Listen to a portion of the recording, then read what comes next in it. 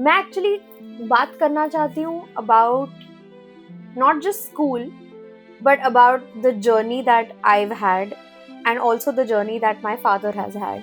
मैंने 10th तक और उसके बाद भी I chose to continue but मैंने फ्रेंच पढ़ा है. हमारा करिकुलम इतना अलग होता था कि शायद इस शहर में बहुत कम स्कूल्स हैं जिसमें ऐसा पढ़ाया जाता है. तो वो मिलती थी या कुल्फी वो 20 पैसे की आती थी. वो मैं अफोर्ड नहीं कर सकता था, मेरे कुछ दोस्त अफोर्ड कर सकते थे, लेकिन वो मुझे अगर देते तो दूसरे दिन मुझे उनको देना पड़ता. वो मेरे पास पैसे थे नहीं तो मैं खाता ही नहीं था. But the thing about school is that it teaches you things जो आप घर पे अकेले में नहीं सीख सकते. जैसे एक सामाजिक सेटिंग में आप कैसे बिहेव करोगे. मराठी में भी वो मानते थे कि अशुद्ध बात कर रहा है, इसको अच्छी मराठी नहीं आती. तो मुझे न और न में बहुत प्रॉब्लम्स आती थी, बहुत सारी प्रॉब्लम्स आती थी. स्कूल तो मतलब एक अलग ही दुनिया हुआ करती थी जो उस समय हमें लगी कि हमारे ऊपर कुछ बंधन है, लेकिन अब जाके समझ में आता है कि वो बंधन नहीं थे, वो एक अलग टाइप की आजादी थी. मैंने माँ को एक बार पूछा कि ये एयर कंडीशन क्या होता है, एयर कंडीशन. तो वो उसने कहा कि मैंने उसके यहाँ देखा है तो रेडियो जैसा ऐसा कुछ दीवार में लगाते हैं और ठंडा हो जाता है. कॉलेज में एंट्री लेते ही मेरा पहला सवाल था ये एसी कब ऑन होगा. डैड्स का एक ये होता है कि हम नदी के ऊपर से फिर एक मगरमच्छ आती थी, फिर हम उसको पार करके फिर नहीं, मैं मगरमच्छ नहीं पहाड़ चढ़ते थे. मैंने मगरमच्छ नहीं पकड़ी है. हमारे गांव में मगरमच्छ थी नहीं और नदी थी लेकिन उसमें मगरमच्छ मिली नहीं. हम लोग खेकड़े पकड़ते थे.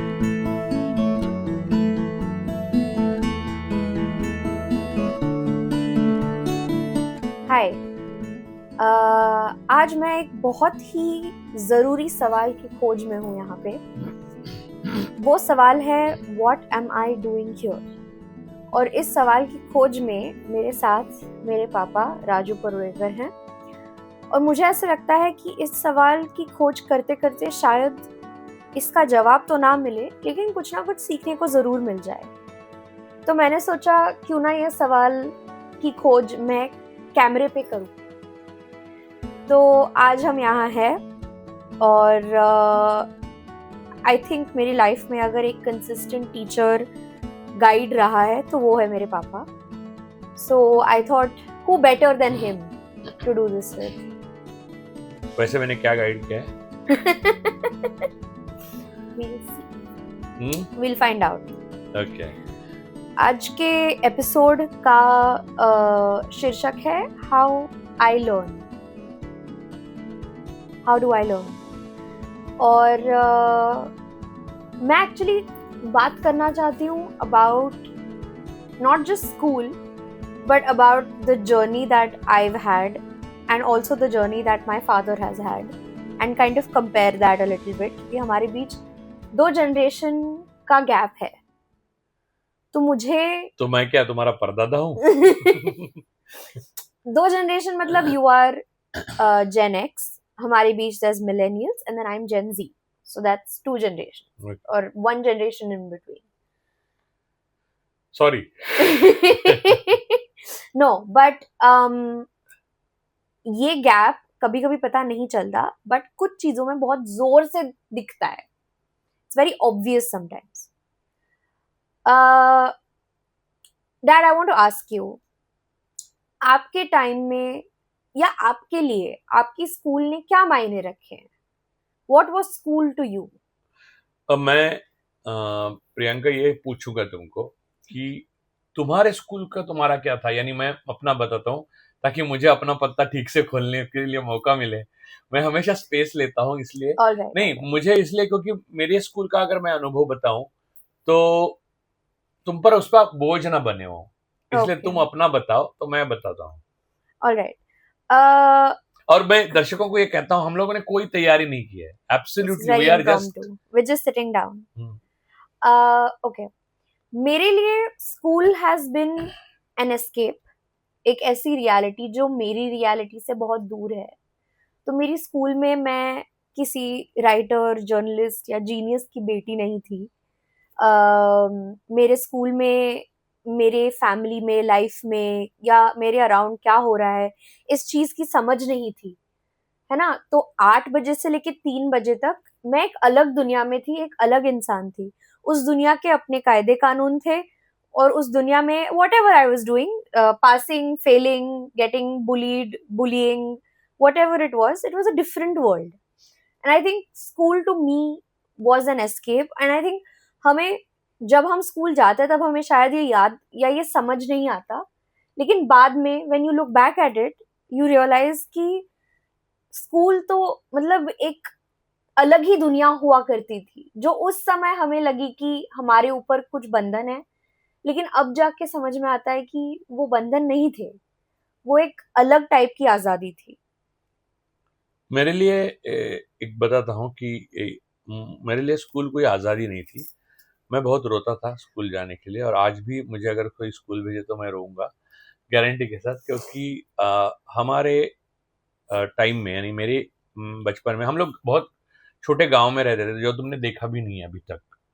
अम, आश्चर्य की बात है कि तुमने देखा ही नहीं है, और अपना गांव ही नहीं देखा है तुमने। और मैं ले जाने की कोशिश की, लेकिन बीच में एक हादसा हो गया और हम लोग शायद वो आगे नहीं जा पाए। वो उसको भी 12-15 साल हो चुके हैं। तो मैं जाता हूँ लेकिन गांव, लेकिन वहाँ गांव में भी अंदर गांव है, यानी पिंगुड़ी, जहाँ तुम्हें मालूम नहीं, कुडाल से आगे। और वहाँ पर एक स्कूल था जहाँ मैं पढ़ता था, वो अब जिसको पंचायत का कहते, ग्राम पंचायत हुआ करती थी, और वहाँ बिजली नहीं थी, और हम नंगे पैर जाते थे। और हम किसान, मेरे तुम्हारे जो परदादा थे, जैसे तुमने दादा को देखा वैसे दादा थे नहीं तब मेरे बचपन में। वो एक किसान के बेटे किसान थे, और वो नौकरी करना शुरू किए थे। फिर वो मुंबई आए, और उसके बाद मैं जब 8वीं में था तब वो मुंबई आए, और 8वीं में 7वीं में आया मैं, मुंबई में आए। तो मैंने तब तक मुंबई भी नहीं देखी, नहीं, मैं कोई बड़ा शहर नहीं देखा था मैंने। और तहसील जो था वो हमारे गांव से भी 2 किलोमीटर दूर था, 2-3 किलोमीटर। तो समझ लो कि मैं कितना अंदर था। और वहां मेरी मातृभाषा में, यानी इन मराठी, हम लोग पढ़ते थे। और तुम्हारे स्कूल को मैंने जिस तरह से देखा है, तो मैंने जब स्कूल को तुम्हारे देखा, तो मुझे आज भी लगता है कि ऐसे स्कूल को मैं जब मुंबई आया तो पहले दिन ये स्कूल में जाना है, ऐसे स्कूल में मुझे भेजते बाबा, तो मैं शौक से ही मर जाता। तो और मुझे कोई ज्ञान नहीं। यहाँ आने के बाद एक साधारण सी स्कूल में मुंबई में मैं जब जाने लगा, वो भी मराठी मीडियम ही था, तो तब भी मुझे इतना शौक था कल्चरल, और मुझे इतना बुली करते थे। और चूंकि मुझे 2 साल पहले स्कूल में भेजा गया था, तो मुझे इतना इंफीरियरिटी कॉम्प्लेक्स आता था कि मैं चुप बैठता था, आज विश्वास नहीं करेगा कोई।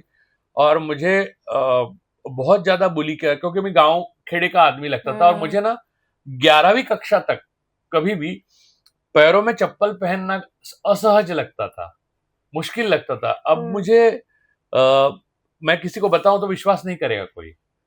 तो तुम्हारा स्कूल का एक्सपीरियंस स्कूल का, और हमारा स्कूल का एक्सपीरियंस, यानी तुम्हारा खून खून हमारा खून पानी टाइप से। तो वो हमारा कुछ ये नहीं है, लेकिन एक बेसिक फर्क था हमारे और तुम्हारे स्कूल में। हमारे एक ही शिक्षक थे पहले, जिस कक्षा में, चौथी कक्षा तक। फिर मैं 2 साल जिस स्कूल में पढ़ा, वही गांव में, वही पंचायत, लेकिन वो उसमें थोड़े ज्यादा शिक्षक थे। लेकिन एक क्लास को एक शिक्षक हुआ करते थे। बड़ी स्कूल का वो मतलब था, बड़े स्कूल का। लेकिन वो पोस्टमास्टर और हेडमास्टर हमारे एक ही थे जब चौथी कक्षा तक। और वही पोस्टमास्टरी करते थे, मेरे दादा को पहचानते थे। अब जब तुमने देखा नहीं है मेरे दादा को, यानी तुम्हारे परदादा को, लेकिन तुम पैदा भी बहुत बाद में हुई, तो तुम्हारे दादा को भी वो पहचानते थे, तुम्हारे परदादा को भी पहचानते थे, और सारी चीजें वो बताते थे। so sad. हाँ, यानी ऐसा गांव में, देखिए ऐसा है कि एक किसान जिसके पास बहुत धान होता है, वहां पर नारियल सुपारी सब हमारे जो थे, तो उनका लेन देन होता था ना, तो बात करते थे कि अरे आपका पोता तो बहुत मस्ती करता है, ये वो सब बातें हर दिन हर पल की खबरें पहुंच जाती थी। और मेरे चाचा, 3-4 चाचा थे वो तब गांव में, तुमने देखा भी नहीं उनको। तो वो सारे चाचा है ना तैयार ही रहते थे, जैसे कि मैं आता हूँ घर पे, तो मेरा लाइन पे मुझे लेने के लिए। और उनका सब होने के बाद मेरी माँ अंदर से बाहर आती थी, और फिर मेरी एक ही व्यक्ति थी जो मेरे पक्ष में बात करती थी, वो मेरी दादी थी। वो पान का डब्बा लेके आती थी, फिर मुझे उठाती थी और अंदर के कमरे में, उसका एक कमरा था, उसमें बैठती थी, खुद का पान लगाती थी और पूछती थी क्या ज्यादा मस्ती किया, क्या बहुत गुड से, और हम दोनों मिलके पान खाते थे। ये मेरा स्कूल जीवन की मेरी यादें हैं, उसमें से एक ये शुमार है। और बात यह है कि उस टाइम में लेकिन शिक्षक जो थे ना, वो पर्सनल ध्यान देते थे हर व्यक्ति पे। अगर कुछ मेधावी छात्र है तो बहुत ध्यान देते। मेरे ऊपर मेरे शिक्षकों का बहुत उपकार है उस टाइम के। यहाँ आने के बाद मैं नहीं कहूँगा ये। तो मुंबई में ऐसा नहीं हुआ। अक्सर एक्चुअली मुंबई के शिक्षकों का अनुभव बहुत बुरा रहा है मेरा। लेकिन गांव में जो शिक्षक थे उन्होंने मेरी नींव जो है पक्की कर दी। उन्होंने मुझे किताब पढ़ने के लिए जबरदस्ती की, फिर इंग्लिश सीखने के लिए हर चीज उन्होंने मुझे, जो मेरे मेरे में आज दिखती है, वो सब उन्होंने मुझ में लाई है। और जब धान काटा जाता था ना, यानी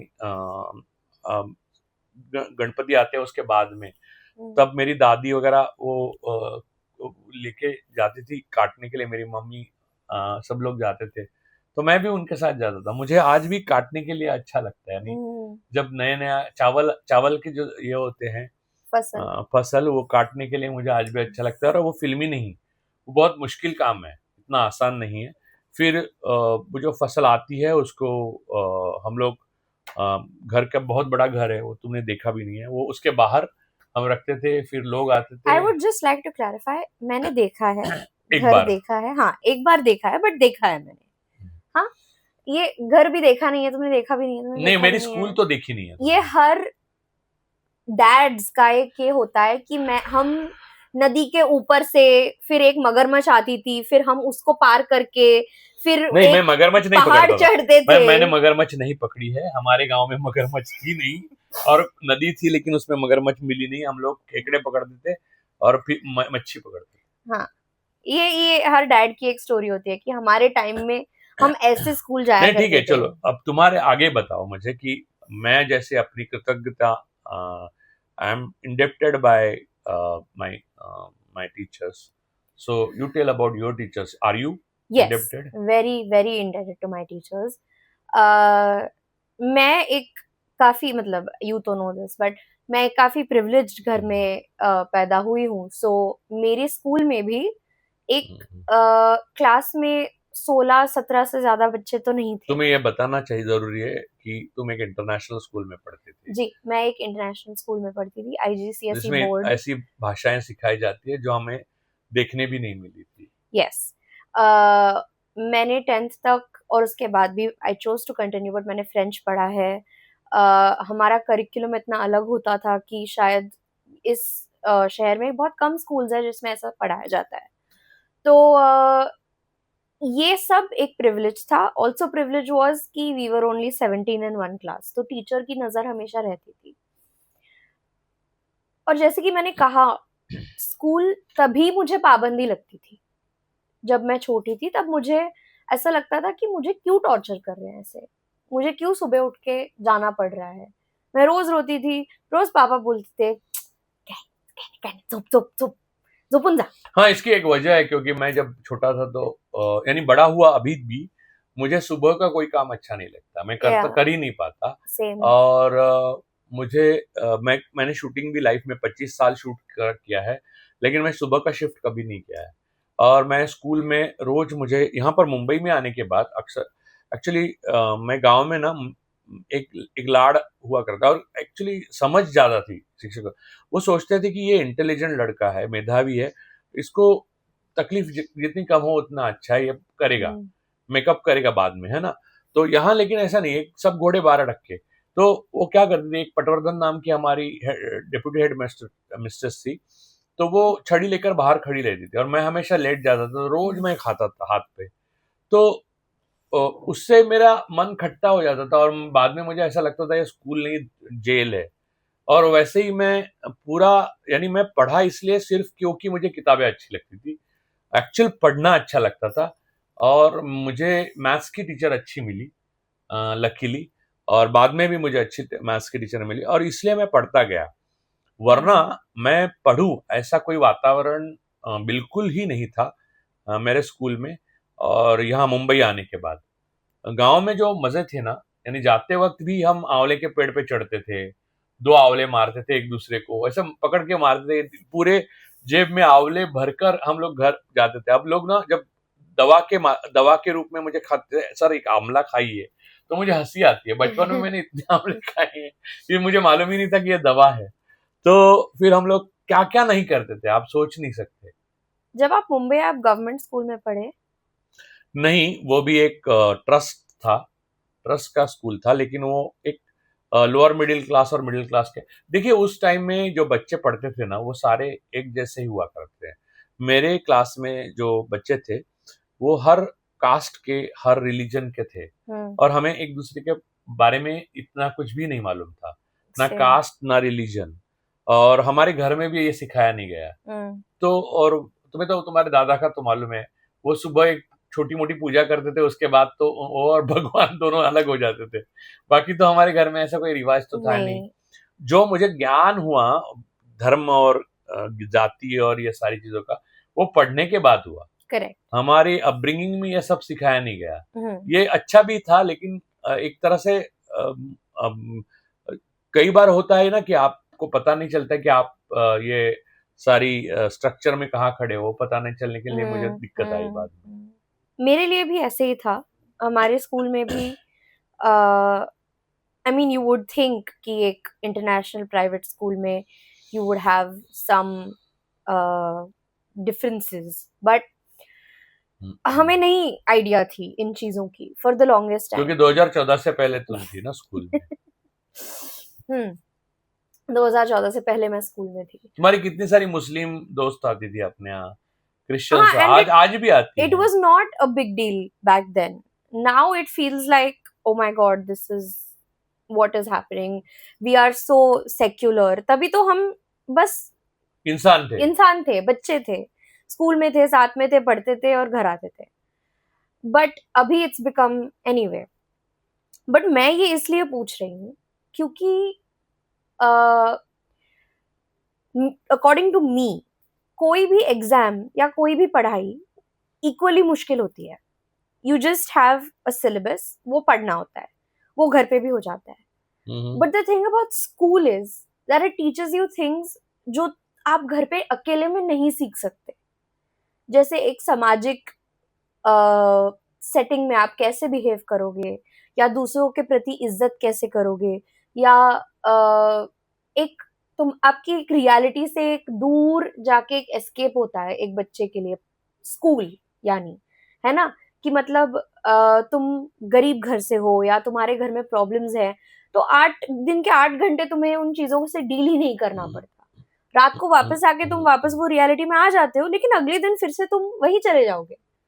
हाँ, वो शायद अलग तरीके से मुश्किल होगा, उसकी एक अलग प्रॉब्लम्स है, रूल्स है, बट ये अलग, दो अलग अलग चीजें हैं। तो अभी जब हम बात करते हैं कि हमारे यहाँ पे स्कूल्स या फिर फ्री एजुकेशन जो डिटीरियोरेट हो रहा है, स्पेशली हमारे एरिया में, आप देख पा रहे हैं कि जो मुझे मिला था, शायद जो आपको मिला था, मुझे तो मिला था क्योंकि मैं प्रिविलेज थी, आपको मिला था क्योंकि आपका जमाना अलग था। आज जो वो बच्चों को नहीं मिल रहा है, उससे आगे जाके उनका क्या होगा, इस बात का मुझे डर लगता है। देखो ऐसा है कि मेरे बचपन में मैंने जिन बच्चों के साथ पढ़ाई की, वो आज एक उनमें से मेरे बहुत सारे साथी हैं, वो इस देश में या विदेश में और हर जाति के हैं, हर धर्म के हैं, बहुत बड़े पद पे या बहुत जगह उन्होंने दुनिया बदलने में कुछ ना कुछ अहम भूमिका निभाई। और वो एक सामान्य गवर्नमेंट स्कूल के छात्र थे, क्योंकि सभी उस वक्त छात्र गवर्नमेंट स्कूल के होते थे, और हमारे जमाने में ऐसा माना जाता था कि स्कूली शिक्षा देना गवर्नमेंट का काम है। और ये मेरे हाथ में, तुम्हें मालूम नहीं, तुम्हारे जब स्कूल जाने की प्रक्रिया की शुरुआत हुई, तब मेरा तुम्हारे माँ से ये झगड़ा हुआ था कि तुम्हें ऐसे ही गवर्नमेंट स्कूल में डाला जाए। लेकिन बहुत विरोध के बाद में मैंने वो मुद्दा छोड़ दिया, क्योंकि मैं तुम्हें स्कूल जाने आने के लिए मदद ज्यादा नहीं कर पाता, क्योंकि मैं बाहर घूम रहा था। तो मैंने सोचा कि जो कर रहा है उसको अपने हिसाब से करने दो। लेकिन उस वक्त तक मेरा ये भरोसा था कि गवर्नमेंट स्कूल में जो सोशलाइजिंग होता है, और जिस तरह की अलग अलग स्ट्राटा, जो सोशल स्ट्राटा के लोग आते हैं, आर्थिक रूप से भी और सामाजिक रूप से भी, उससे इक्विटी और इक्वालिटी का पता चलता है बच्चों को, छात्रों को, जो मुझे पता चला। तो उस वक्त हम लोगों को जो लगता था, और मुझे अभी अभी तक लगता था कि ये सरकार की जिम्मेदारी है। अब ये 2014 के बाद में मैंने देखा कि सरकार ने वो जिम्मेदारी अपनी नहीं है करके स्कूल ही बंद कर दिया, 18,000 स्कूल बंद हो गए। हाँ। तो मुझे ऐसा लगता है कि ये भयंकर चीज हो गई है, क्योंकि एक बहुत बड़ी तादाद पे एक डेमोग्राफिकली यंग जनरेशन पूरी तरह से इलिटरेट होगी। शायद मैं तुम्हें बताता हूं कि अगर स्कूल गवर्नमेंट की जिम्मेदारी नहीं होती तो मैं भी पढ़ता लिखता नहीं। एक तो पढ़ने लिखने के लिए किसको अच्छा लगता है, किस बच्चे को? अगर हमारे गांव में स्कूल ही नहीं होता और सीधा गांव से दूर किसी शहर में दूर 400 किलोमीटर पे अंबानी इंटरनेशनल होता तो मैं जाता ही नहीं, वहां जा ही नहीं सकता। हम लोग इतने, देखो किसान कितना पैसा हो सकता है, उतने पैसे भी नहीं थे, बाबा के पास भी नहीं था, बाबा के पास जीवन में कभी नहीं आए उतने पैसे। और दूसरी बात यह है कि मिड लेवल के स्कूल्स भी थे, जो प्राइवेट स्कूल, जो मिशनरी स्कूल्स, वो भी इतने दूर थे कि मैं नहीं जा सका वहां। मैं 2 साल बाद में वेंगुर्ला में, यानी वो जो तहसील था, वो बड़ा बड़ा शहर है वैसे, डच लोगों की वहां पर थोड़ा उसकी छाप है, यानी उसकी एक डचों का संबंध रहा है वेंगुर्ला से। तो वहां पर म्यूनिसिपैलिटी का जो स्कूल था उसके नंबर थे, municipality number 1 school, municipality number 2 school. मैं म्यूनिसिपैलिटी नंबर 3 स्कूल में था।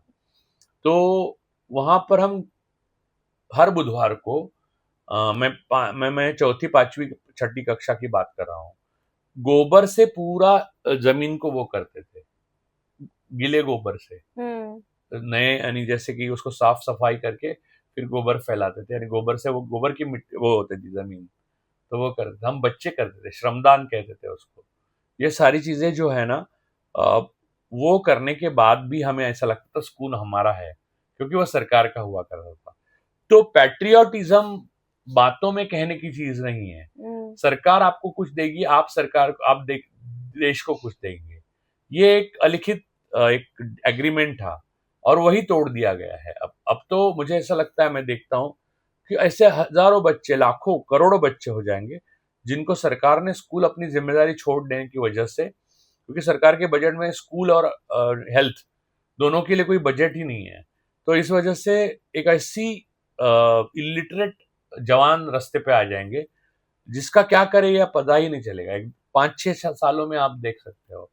तो आपको पता है, आपके स्कूल में, मेरे स्कूल में, दोनों जगह पे एक फ्रीडम ऑफ थॉट को बहुत ज्यादा इम्पोर्टेंस दिया गया था। वो जमाना था, वो वक्त था, तुम भी उससे मतलब पहले निकली बाहर। मेरी एक टीचर थी जो पाकिस्तान से आई थी, एक इंडियन लड़के से प्यार करके उन्होंने एक हिंदू घर में शादी की थी, और वो हमें हमेशा बताती थी कि हमारे घर में हम सारे त्योहार मनाते हैं, हम ईद भी मनाते हैं, हम दिवाली भी मनाते हैं। हम हमारे टीचर्स से बात करके उन्हें सवाल कर सकते थे। हम ये पूछ सकते थे कि आप ये ऐसे क्यों कर रहे हैं, और तभी मुझे शायद समझ में नहीं आया कि ये कैसा, किस तरह का प्रिविलेज है और मैं किस तरह की इंसान बनूंगी इसके वजह से। लेकिन अब जब कोई मुझे कहता है कि तुम्हारे किसी अथॉरिटी फिगर से सवाल नहीं कर सकते, तब जो मुझे प्रॉब्लम होती है, तो मुझे समझ में आता है कि स्कूल में ऐसा होना कितना इम्पोर्टेंट है, ऐसे ऐसे शिक्षक मिलना कितना इम्पोर्टेंट है। वो भी प्रिविलेज ही है, बहुत बहुत बड़ा privilege. Freedom is a privilege. Correct. और हमारे एक डायरेक्टर हुआ करते थे जिनके कैबिन में जाके मैं ऐसे ही बैठ जाती थी बातचीत करने के लिए। वो हमारे बिल्डिंग में एक 4 से 5 स्कूल थे, वो पांचों स्कूल के डायरेक्टर थे, लेकिन अपने स्टूडेंट्स के लिए टाइम निकालना हमेशा हमेशा हमेशा उन्होंने ये काम किया है। वो हमें इकोनॉमिक्स भी पढ़ाते थे और आज तक डॉक्टर नितिन पढ़ते। और मुझे याद है कि उस टाइम पे इट वाज 2014 एंड हमें कश्मीर पे पढ़ा रहे थे हमारे लेक्चर्स में, लेसन्स में। तो हर इंसान को एक स्टेट दी गई थी, मुझे कश्मीर मिला था, और मैं भी कुछ मतलब ज्यादा पढ़ी हुई नहीं थी तभी। आई वॉज अ चाइल्ड, जानकार नहीं थी। तो मैंने एक लंबा सा एक 15 पेज का लिखा था, एक ब्रीफ रिसर्च, और मैं चली गई उनके कैबिन में और मैंने शुरू कर दिया कहना कि मुझे ऐसा लगता है, मुझे वैसा लगता है। उन्होंने कहा बैठो, 2 मिनट बैठो, क्या लगता है तुम्हें और क्यों लगता है? मेरी बात सुनने के बाद उन्होंने, वो खुद कश्मीरी है, इस बात से शुरू करके एक सवाल जवाब, वाद विवाद करके उन्होंने मुझे समझाया कि कोई भी टॉपिक इतना सिंपल नहीं होता। तुम्हें न्यूज़ पे जो बता रहे हैं, तुम्हें बाहर जो बता रहे हैं, इससे अलग एक दुनिया है ऑन द ग्राउंड। उस दुनिया को जानने के लिए सिर्फ और सिर्फ लोगों की कहानियां तुम्हें उस दुनिया तक लेके जाएंगी। ये एक लेसन है जो मैं लाइफ में शायद कभी नहीं सीख पाई। ये कौन सी कक्षा का बात है? 9th स्टैंडर्ड, मैं 9th स्टैंडर्ड में थी। एंड हमें इतना फ्रीडम था कि हमारी टीचर्स बोल सकती थी कि XYZ इंसान को इलेक्ट करना गलत होगा क्योंकि उसने इतने इतने लोगों की जानें ली हैं। ये बातें हमारे क्लासरूम में, ये डिस्कशन होता था। मुझे याद है कि मैं और मेरे बाकी क्लासमेट्स, हम लोग आर्ग्यू करते थे कि कौन सा, मतलब क्यों इस इंसान के साथ, उन्हें क्यों लगता है कि ये this would be a good leader, हमें क्यों लगता है कि शायद इनको इलेक्ट करना एक गलती है। ये कॉन्वर्सेशंस एनकरेज थे, हमारे पढ़ाई का एक हिस्सा थे। और इंटेलेक्चुअलिज्म जो चीज है, जो आज हम उसे कहते हैं, वो कुछ नहीं but it is this exchange of conversations and ideas. जब हम स्कूल बंद कर रहे हैं, जब हम बच्चों से उनके वो 8 घंटे छीन के लेके जा रहे हैं, तो हम आइडियली उनको सबमिसिव और ससेप्टेबल बना रहे हैं। मैं तुम्हें एक और बात बताता हूँ इसमें। चूंकि मैं मातृभाषा में पढ़ा, जो आप मातृभाषा में मराठी के स्कूल महाराष्ट्र में ही बंद हो रहे हैं, तो और हिंदी थोपी जा रही है। हम जब हिंदी में बात कर रहे हैं, हमें हिंदी अच्छी आती है क्योंकि हमें मराठी अच्छी आती है। करेक्ट। और मैं इंग्लिश अच्छी सीख सका क्योंकि मैं मराठी अच्छी आती है। तुम्हें इंग्लिश में सीखने से एक समस्या हुई थी जो मराठी सीखने के लिए तुम्हें समस्या हुई, क्योंकि इंग्लिश तुम्हारी मातृभाषा नहीं थी। करेक्ट। हम, क्योंकि क्या है कि हम मातृभाषा से अपनी बात को समझ लेते थे, पूरी बात को भांप लेते थे। कोई भी दूसरी लैंग्वेज है, वो उसका एक वातावरण होता है, उसकी एक इकोसिस्टम होती है, वो इकोसिस्टम के साथ आती है। आपने वर्ड्सवर्थ पढ़ते हैं, आप डैफोडिल कविता सुनते हैं, तो आपको ये नहीं पता चलता कि किस स्थिति में और किस वातावरण में वो लिखी गई है, कॉन्टेक्स्ट में। तो ये जो है वो मातृभाषा में नहीं होता। Correct. क्योंकि मातृभाषा में तुम्हें एग्जैक्ट मालूम होता है, तो फिर दूसरी भाषा में वो कैसे आपको रिक्रिएट करना है वो आसान है। हाँ। लेकिन उल्टा अगर सफर करते हैं ये मेरे लिए एक बहुत बड़ा चैलेंज था। और मैं छोटी थी तो मुझे समझ में नहीं आता था कि पापा क्या कहना चाह रहे हैं मुझे, जब वो कहते थे कि तुम्हारा कॉन्टेक्स्ट अलग है, तुम जो पढ़ रही हो उसमें तुम्हारा कॉन्टेक्स्ट अलग है। और मैं सोचती थी कि ये क्या कॉन्टेक्स्ट है, क्योंकि मेरी लाइफ का कॉन्टेक्स्ट तो वो स्कूल ही था, वो पढ़ाई ही थी, वो सिलेबस था।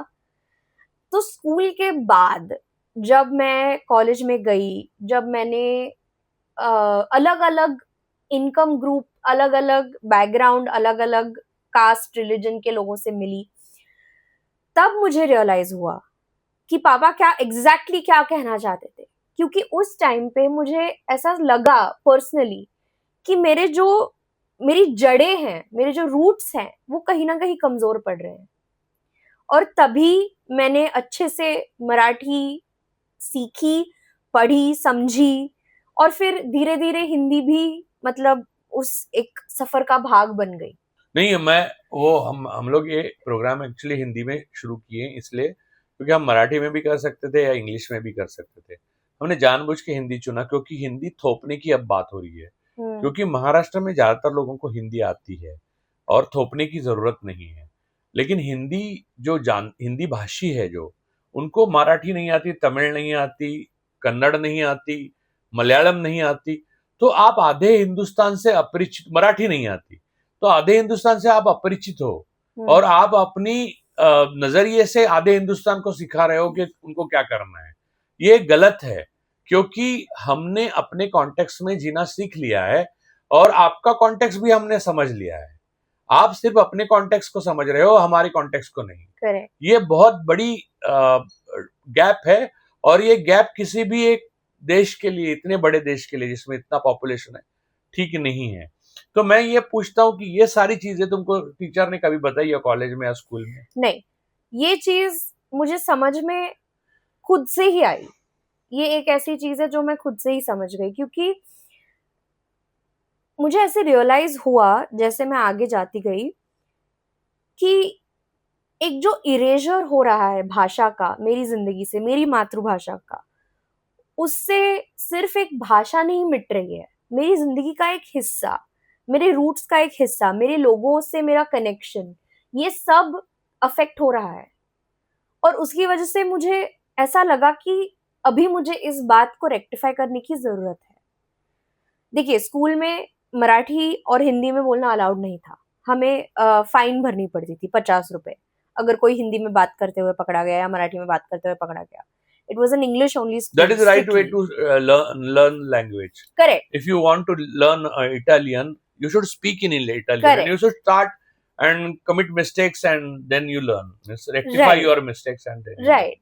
Even in French class, we had elective Hindi और French. I elected for French क्योंकि मुझे ऐसा लगता था तभी कि मुझे हिंदी आती है, जो अभी जाके मुझे समझ आया कि मुझे तभी नहीं आती थी अच्छे से हिंदी।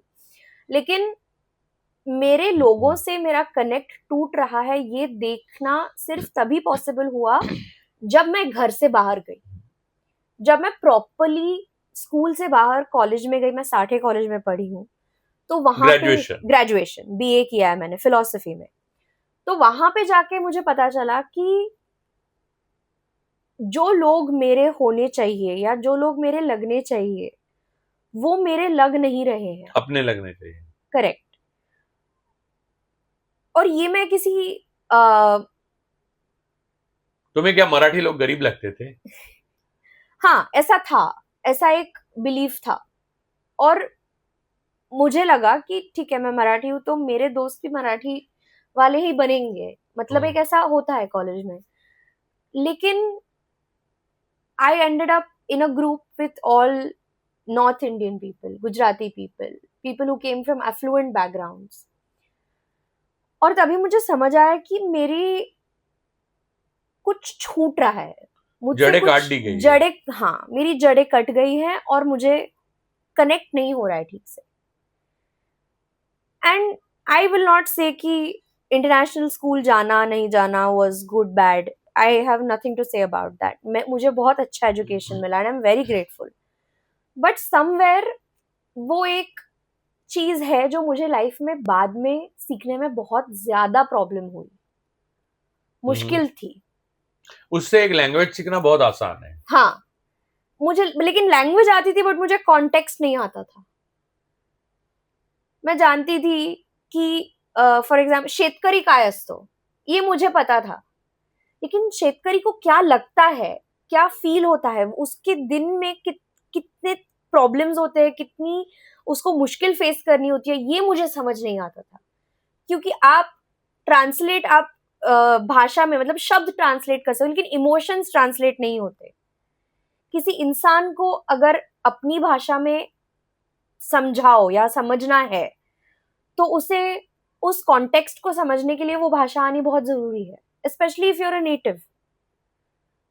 तो मैं नेटिव होके भी नेटिव नहीं थी। ये एक अनुभव स्कूल का जो है वो बहुत इम्पोर्टेंट है, और मुझे ऐसा लगता है कि मेरे स्कूल में और तुम्हारे स्कूल में 2 पीढ़ियों का नहीं, 10 पीढ़ियों का अंतर था। एक्चुअली मैंने देखा है, क्योंकि मेरी जनरेशन के भी बच्चे थे, वो मेरे जैसी स्कूलिंग नहीं की थी।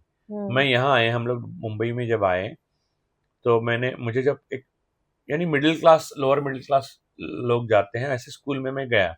लेकिन वहां भी जो लड़के लड़कियां थी, उन्होंने भी मैंने जो स्कूल देखा था उस टाइप का स्कूल देखा ही नहीं है लाइफ में। उनको भी नहीं मालूम था कि मैं किस लेवल से आया हूँ। और इसलिए ना उनकी मेरी जबान जो है वो मराठी में भी वो मानते थे कि अशुद्ध बात कर रहा है ये, इसको अच्छी मराठी नहीं आती। तो मुझे न और न में बहुत प्रॉब्लम्स आती थी, बहुत सारी प्रॉब्लम्स आती थी। पुल्लिंगी और स्त्रीलिंगी चीजों में मैं गड़बड़ाता था, और मैं किसी भी चीज को कुछ भी बोलता था, क्योंकि गांव में वैसा बोलते हैं, और गांव में कोई मायने यानी कोई लिहाज नहीं करता, यानी ऐसे नहीं करते कि पकड़ नहीं लेते कि यार तुम्हारा ग्रामेटिकल मिस्टेक, ऐसा कुछ नहीं बोलते। यहाँ पर सारे मेरे बाजू मैंने जो इंटेलिजेंट स्टूडेंट्स हुआ करते थे वो सारे ब्राह्मण्स थे, और अच्छे घर के, सो कॉल्ड मेरे बचपन में जिसको अच्छा घर मानते थे, यानी फादर डॉक्टर है, मदर हाउसवाइफ है, या फिर कहीं सोशल वर्कर, ऐसा कुछ है, ऐसा बैकग्राउंड वाले जो लोग, तो उनके बेटे बेटियां मेरे स्कूल में आते थे। तो वो बहुत सारा मुझे ऐसा लगता मानते थे कि ये अनाड़ी आदमी है, ये गांव खेड़े से आया है कहीं से, जल्दी फेल होके निकल जाएगा, ड्रॉप आउट होगा। तो एक्चुअली ना मुझे पता चलता था कि मुझे सब आता है, बस मैं एक्सप्रेस नहीं कर पाता था, क्योंकि मुझे बुली करेंगे, मुझे जिस तरह से ट्रीट करते थे। मैं समझ सकता हूँ कि एक ब्राह्मणों ने अछूत को कैसे ट्रीट किया होगा, एग्जैक्टली वैसे नहीं, क्योंकि वो कास्ट की प्रॉब्लम नहीं था, वो प्रिविलेज था मेरे पास, लेकिन अदरवाइज तो मैं अछूत ही था उनके लिए। वो मैं नंगे पैर आता था स्कूल में, बाद में हुसैन ने उसको फैशनेबल बनाया। मैंने हुसैन जी को ये बात बताई तो वो हंसे थे। तो वो एक्चुअली मैं नंगे पैर आता था, तो बहुत धूल जमा होती थी पैर पे, क्योंकि अपने यहाँ तो धूल आज भी होती है, तो धूल जमा होती, तो लोगों को लगता था मैं गंदा लड़का हूँ, एकदम स्नान वान नहीं करता। एक्चुअली मेरे पिताजी अगर स्नान एक दिन नहीं किया तो बहुत मारते थे। तो तुम्हें तो मालूम है, तुम्हें मालूम नहीं, तुम्हें दादा मालूम है, तुम्हें पिताजी नहीं मालूम, मुझे मालूम है।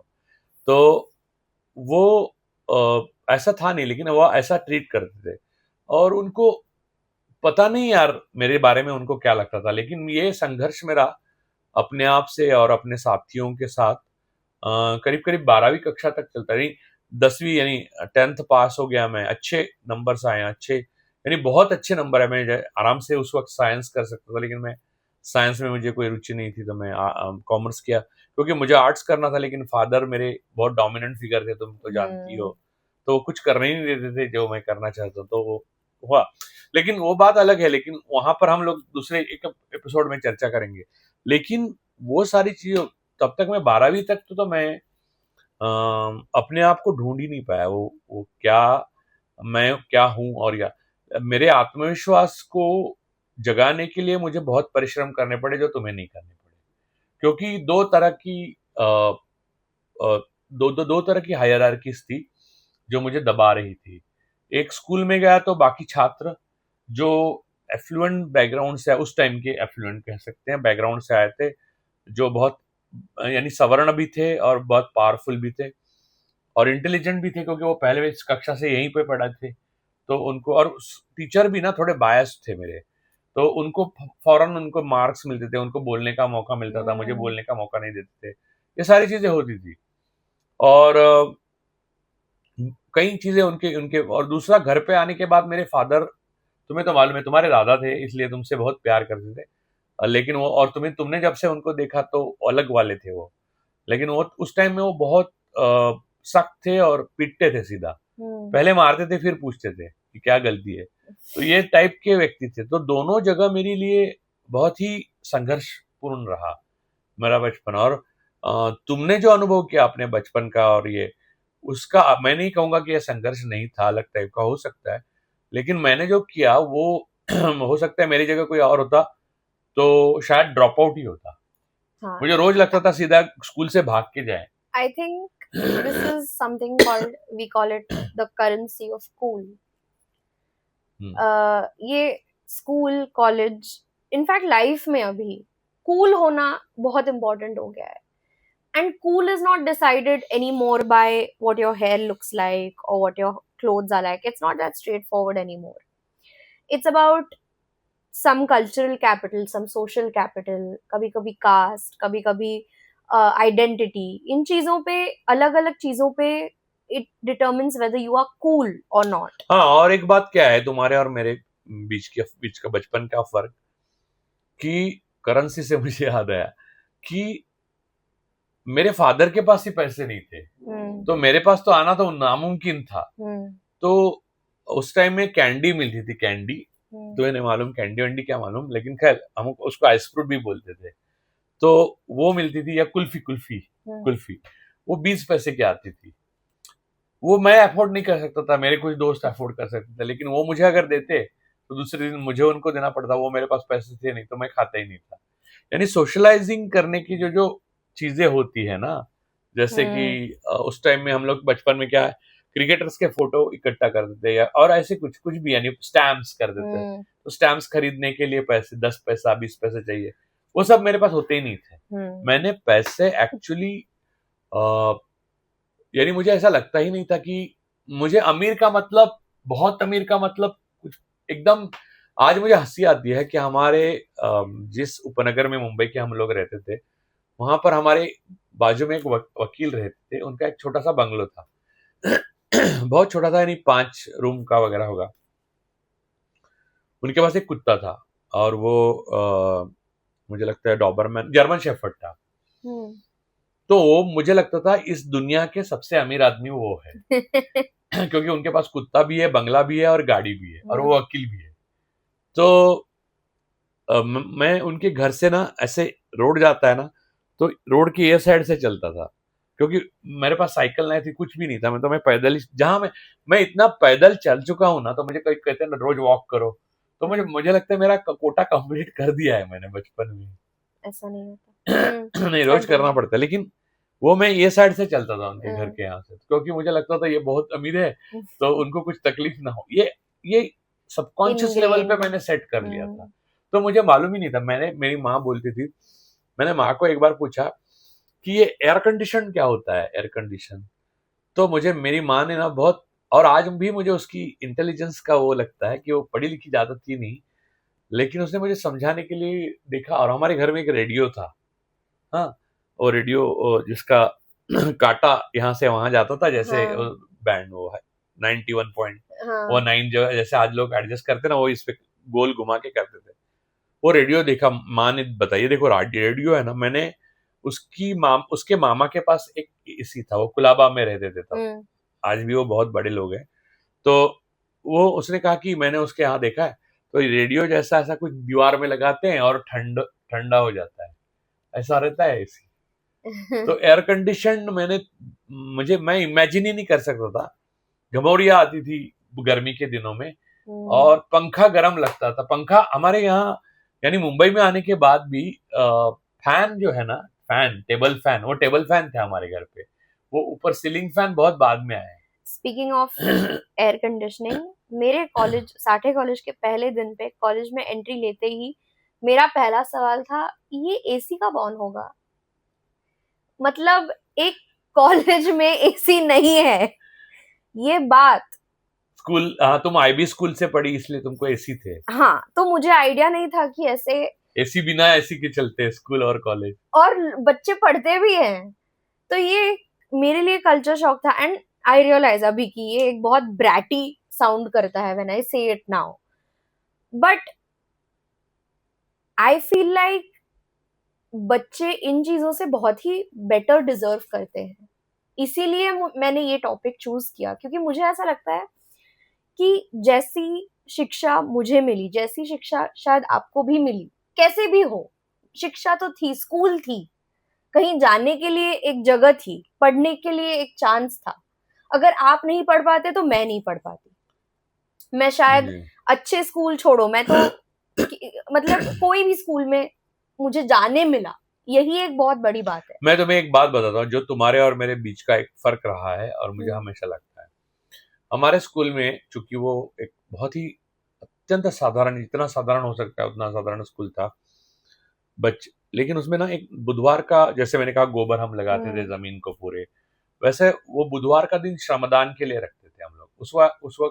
उस टाइम के हमारे बहुत पहले वाली पीढ़ियों का जो विनोबा, उनका जो संस्कार था ना, तो श्रमदान वाला संस्कार था। तो हमें किसी पहाड़ पे लेके जाते थे, खुदाई कराते थे, पेड़ लगवाते थे हमसे। ये श्रमदान से क्या हुआ, मुझे उस वक्त तो बहुत गुस्सा आता था।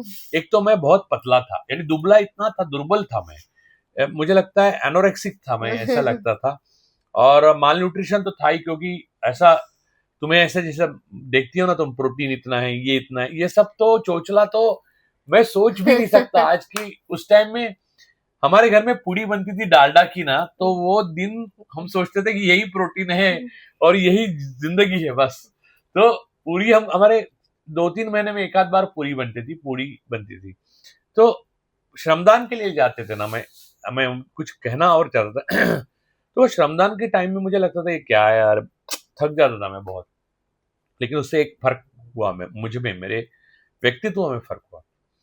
किसी भी चीज में ना कामयाबी नहीं आती है, छोटी सी कामयाबी आती है या बहुत बोरिंग या मोनोटोनस चीज है, तो मुझे एक बात आती है जो मैं दावे के साथ कह सकता हूँ, उसे मैं परसिवरेंस से करते रहता हूँ, तो फिर वो बन जाती है बात। और आपको लगता है ये मुझ में नहीं आया है? हाँ, तुम में बिल्कुल नहीं है, क्योंकि मैं बताता हूँ क्यों नहीं आया। वो तुम्हारी गलती नहीं है, वो तुम्हारे टाइम की गलती है, तुम्हारे सराउंडिंग की गलती है, तुम्हारा इकोसिस्टम की गलती है और मेरी भी गलती है। तो बात यह है कि वो जो था ना, बिना वजह आप श्रम करते रहो, है ना, उसको, वो पेड़ मैंने लगाया हुआ पेड़ बाद में मैंने लाइफ में नहीं देखा जाके क्या हुआ उसका, है ना। लेकिन हम लोग उस पर मरते रहे। यानी मुझे ऐसा लगता था अगले पल मैं चक्कर आके गिर जाऊंगा। एक तो मुझे इतना पतला था, भूख बहुत लगती थी, उतना खाना नहीं। तुम्हें विश्वास नहीं होगा, लोगों को भी नहीं होगा, विश्वास नहीं होगा, ब्रेड की खुशबू हमारे सामने एक बेकरी खुली एक दिन, हाँ, नई नई बेकरी थी गांव में। वो बेकरी की जो सुगंध आती है ना ब्रेड की, उससे मेरे पेट में लाखों चूहे दौड़ते थे भूख के। लेकिन मैंने ब्रेड का एक टुकड़ा खाने के लिए उसके बाद 5 से 10 साल इंतजार किया होंगे। ये लेवल था। हम लोग मुंबई में आने के बाद जो ग्रोसरी स्टोर से सामान लाते थे ना, तो वहां पर माँ भेजती थी मुझे, आधा लीटर तेल लेके आओ, 1.5 लीटर तेल लेके आओ, ये तो वो ग्रोसरी स्टोर के मालिक थे बाबू राव, वो बूढ़े थे। तो वो ऐसे देखते थे, अरे आपका तो 60 रुपया उधार है, ऐसा बोलते थे। तो मैं घर आके बोलता था माँ को, वो बोल रहे 60 रुपए। धीरे धीरे ना जैसे उधारी बढ़ती जाती थी, क्योंकि बाबा की तनख्वाह बहुत कम थी, तो उधारी बढ़ती जाती थी, तो मुझे जाने में बहुत संकोच होता था, शर्म आती थी। वो सबके सामने बोलते थे, और वहां पर मेरे स्कूल की लड़कियां भी आती थी, उनके सामने ऐसी इज्जत उतारी जाती थी, मुझे बहुत शर्म आती थी। ऐसा लगता था कि ये भूमि मुझे निगल ले। लेकिन ये सारी चीजों ने ना मुझे बहुत सख्त बनाया, और वो अगर नहीं होता मेरे जीवन में, तो मैं परसिवरेंस, कंसिस्टेंसी से किसी से लोहा लेना, वो मेरे में नहीं आता, जो तुम में कमी रही गई। तुम्हें लेट गो कर सकती हो तुम, you can afford to do that. मुझे अफोर्ड करने के सवाल ही नहीं उठता था। माँ ने बोला तेल लेके आओ, तो उस दिन तेल नहीं घर में, खत्म। मैं अगर बाबूराव को वशीला लगा के नहीं और उधार करके आऊं, तो मर गए हम लोग सब, बस। ये मुश्किलें मैंने नहीं देखी है अपनी लाइफ में। मुश्किलें आदमी को बनाती हैं, आसानियां नहीं। कंफर्ट जोन हमेशा इंसान को बर्बाद कर देता है। और मैं बाद में मुझे आदत हो गई कि कंफर्ट जोन दिखता है तो फिर मैं उसको लात मार के बाहर निकलता हूँ।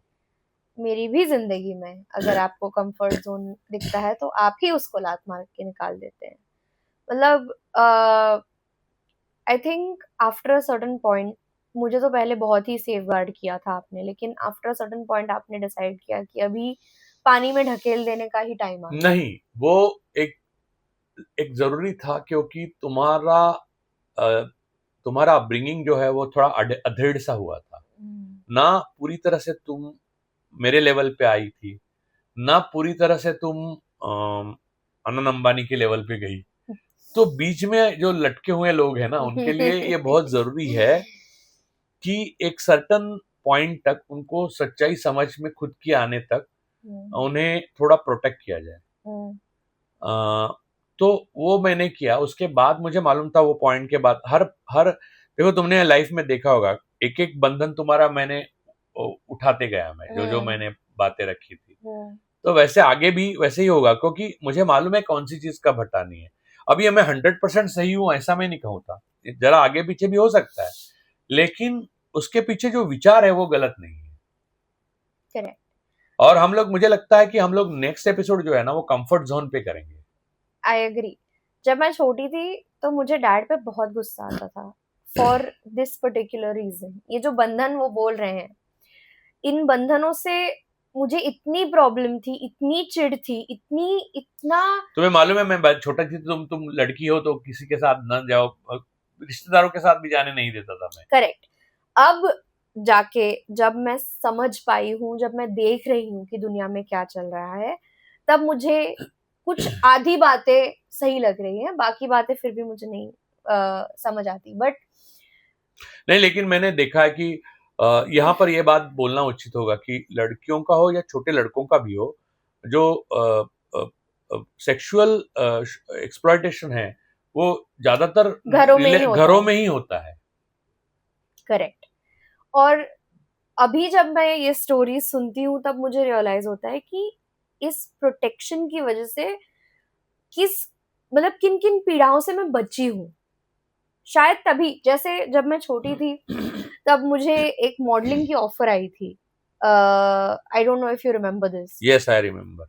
लेकिन तभी मुझे बहुत मन था कि मैं मॉडलिंग करूंगी, मैं ये करूंगी, मैं वो करूंगी, और पापा ने तभी मना कर दिया। और हमारा साथ में एक इंटरव्यू भी है जहां जाके मैंने बोला था कि पापा मुझे मॉडलिंग नहीं करने दे रहे हैं, और इंटरव्यूअर ने तभी उनसे पूछा था कि आप क्यों नहीं करने दे रहे हैं, तो उन्होंने कहा था वर्ल्डली विजडम, खुद का एक आना चाहिए। ये चीज तभी मुझे तभी लगता था कि मेरे पापा एक बहुत खड़ूस आदमी है, एक विलन है, खड़ूस है, जो ऊपर से एक अपने सीढ़ियों से उतरते वक्त ऐसा पाइप लगा के बोलते हैं ना, ये शादी कभी नहीं हो सकती। यस, सिमरन के पापा, हाँ, फॉर डिफरेंट थिंग्स।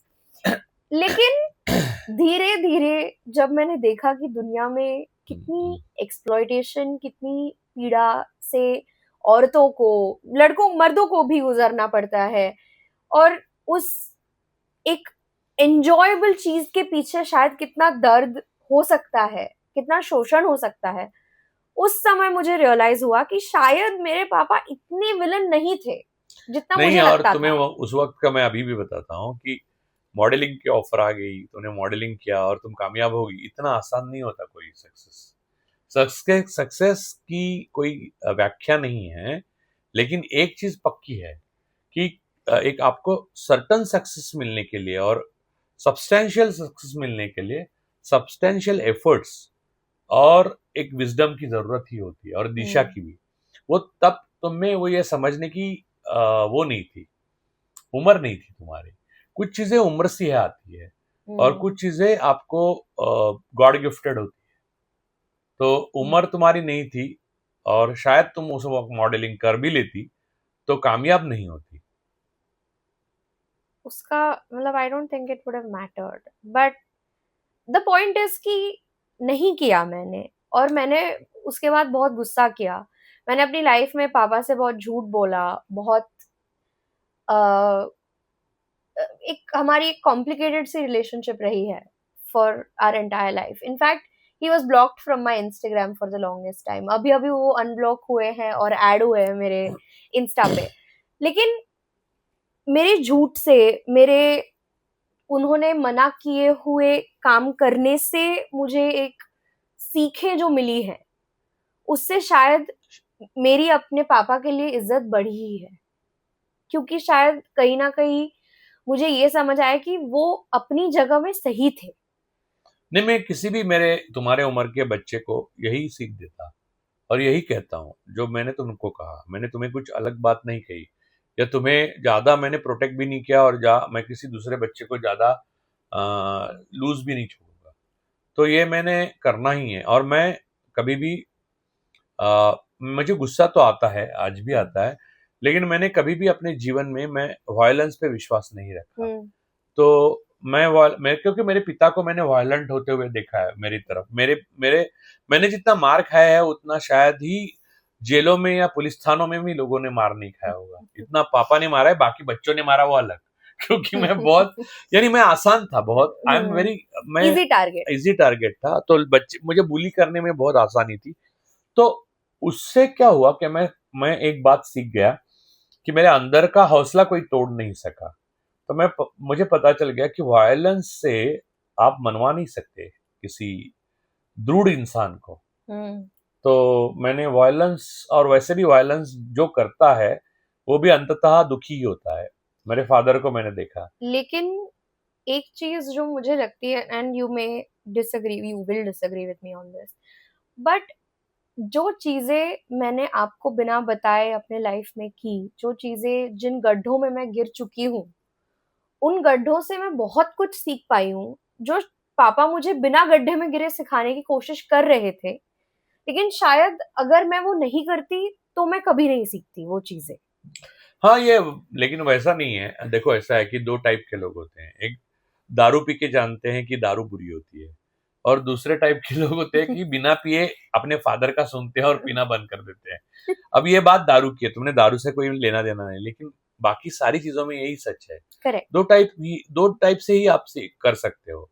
या तो आप कहो ये पॉइजन है, इसलिए सुना मैंने और मैंने पिया ही नहीं, और ये पॉइजन है, मुझे फिर पॉइजन पूरा मेरे अंदर फैल गया, मैं डॉक्टर ने ठीक किया, मैं बाल बच गया। ये दो ही तरीके हैं। तूने दूसरी तरीका अपनाया तो बस, लेकिन पहले तरीके से बच भी जाती तुम।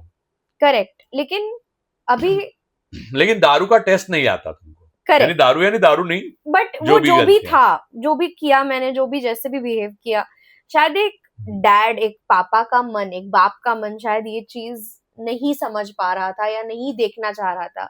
लेकिन उनके जितना विद्रोह मुझ में ही भी है, उनको उनमें जितना है वो एक रिबेलियन, वो मुझे भी है। इसलिए मुझे ऐसा लगा कि जो भी चीजें हैं वो मुझे करके देखनी चाहिए। मैं क्यों सुनूं किसी की बात? मेरे पापा नहीं सुनते किसी और की, तो मैं क्यों सुनूंगी? ऐसे करके जाके मैं हर गड्ढे में गिर के ये सच नहीं है। एक्चुअली मैं सुनता था, मेरे पापा को मैं कैसे सुनता था मन में, मेरे फादर ऐसे यहाँ से गुजरते ना तो भी मैं ऐसे हो जाता था, क्योंकि जाते जाते एक मार देते थे वो। तो इतना डरता था मैं। But I didn't see that. हाँ, तुम्हें जो दादा देखे तुमने, मैंने जो पापा देखे वो अलग थे, और तुमने जो दादा देखे वो भी अलग थे। मैंने जो पापा देखे वो किसी की सुनते मेरे नहीं। फादर ने तुम्हारे जितने लाड शायद ही किसी के किए होंगे, और जितने तुम्हारे लिए वो प्यारे थे, तुम्हारी कोई भी गलती को वो अपने सर पे लेते थे। उन्हें एक विश्वास था, अटूट विश्वास था कि मैं कितना भी गलत कर लूं लाइफ में, और मैंने बहुत कुछ किया है जिससे मेरे पापा को बहुत गुस्सा आया है। उन्होंने लास्ट, शायद तुम लॉ की फर्स्ट एग्जाम पास हुई तब उन्होंने, वो नहीं रहे ना। हाँ, तब तक उन्होंने देखा कि मैं लॉ स्कूल में मेरा एडमिशन हो गया है। उसके बाद he lost his memory and speech, और उनको समझ में आना बंद हो गया। लेकिन मैं लॉ कॉलेज में हूँ और एडमिशन हो गई है। ग्रेजुएट हुई नहीं, पहले ग्रेजुएट हुई तो तुमको 51,000 रुपए दिए, वो किसी को भी। चेक से। हाँ, चेक से। That was the last thing he ever signed in his life. नहीं, उन्होंने किसी को भी दी हुई सबसे बड़ी रकम थी वो, जिंदा होते हुए। एट वन शॉट, समझे? मैंने अपने लाइफ में मेरे पिताजी से 51,000 रुपए पाने में मैं असमर्थ रहा, लेकिन तुमने मेरे हर नाकामयाबी कामयाबी के वक्त मुझे उन्होंने हमेशा यही कहा कि एक दिन सब तुम्हारे पापा को प्रियंका के पापा करके जानेंगे, और ये दिन चाहे मैं रहूं या ना रहूं आना ही चाहिए, ये कंपलसरी है, इसमें तुम्हें कोई चॉइस नहीं है, तुम्हें ये हासिल करना ही है, चाहे तुम्हें कुछ भी करना पड़े। वो एक ऐसे, उन्होंने तभी मुझे बताया था, एक ऐसे ऊंची टांच वाले शूज होते हैं, उसमें तुम टिक टॉक करके आओगी, बैठोगी, तुम काम करोगी, और सबको लगेगा कि देखो ये कितनी इंटेलिजेंट औरत है। High heels, yes. तो ये है जो, लेकिन ये इसका एक दूसरा एक वो है जो कंफर्ट जोन से जाना। तो हम, मुझे लगता है अब आज के लिए हम यहाँ रुकेंगे, और नेक्स्ट एपिसोड हम कंफर्ट जोन पे करेंगे। I think that's और जो तुम्हारा जो IB स्कूल से अचानक एक मुंबई यूनिवर्सिटी वाले कॉलेज में प्रवेश एक कंफर्ट जोन था, जैसे कि जिसने 12 चक्के वाले ट्रक को चलाया है वो मारुति 800 चला रहा है, वैसे अचानक नीचे आके बैठ गया, वैसे हो गया। It wasn't even like a college, it was a college. We didn't have a lift. मैं पहला दिन पूरा दिन लिफ्ट ढूंढ रही थी। लेकिन माधुरी दीक्षित उसी कॉलेज में पढ़ी है, इसलिए मुझे तभी वो माधुरी दीक्षित नहीं हुआ करती थी, बट मुझे मेरे कॉलेज से बहुत प्यार है। आई एम वेरी तुम्हें वहाँ कॉलेज में कोई शिक्षक का नाम याद है जिन्होंने तुम पे प्रभाव छोड़ा? डॉक्टर संपदा सावंत, डॉक्टर गौतम, इन्होंने, ये फिलोसफी के फैकल्टी थे, इन्होंने लाइफ टाइम के लिए मुझे लेसन्स दिए हैं जो मैं शायद कभी नहीं भूलूंगी। और मेरी सारी गलतियां उन्होंने माफ की है, नजरअंदाज की है, ये जान के कि ये लड़की कुछ ना कुछ तो करेगी। और शायद उसकी वजह से मुझे बहुत ही लीवे दी है इन्होंने, मेरे टार्डीनेस को, मेरे लेटनेस को, मेरे इरेगुलर अटेंडेंस को। नहीं, इस पर हम लोग नेक्स्ट एपिसोड में पूरा बात करेंगे कि लेट गो एटीट्यूड और कंफर्ट जोन, यही सब्जेक्ट पे बात करेंगे। मुझे लगता है आज रुके। Yes, we should stop here. If you enjoyed the episode, like, share, comment कीजिए, बताइए आपको और क्या सुनना चाहेंगे आप, क्या आपको ये अच्छा लगा। हम एक नया एक्सपेरिमेंट कर रहे हैं, is it working, is it not working. अपने दोस्तों को बताइए, फैमिली मेंबर्स को बताइए, अपनी फैमिली के साथ हमारे एपिसोड्स देखिए और चैनल को सब्सक्राइब करना ना भूलिए। Yes, thank you very much, bye.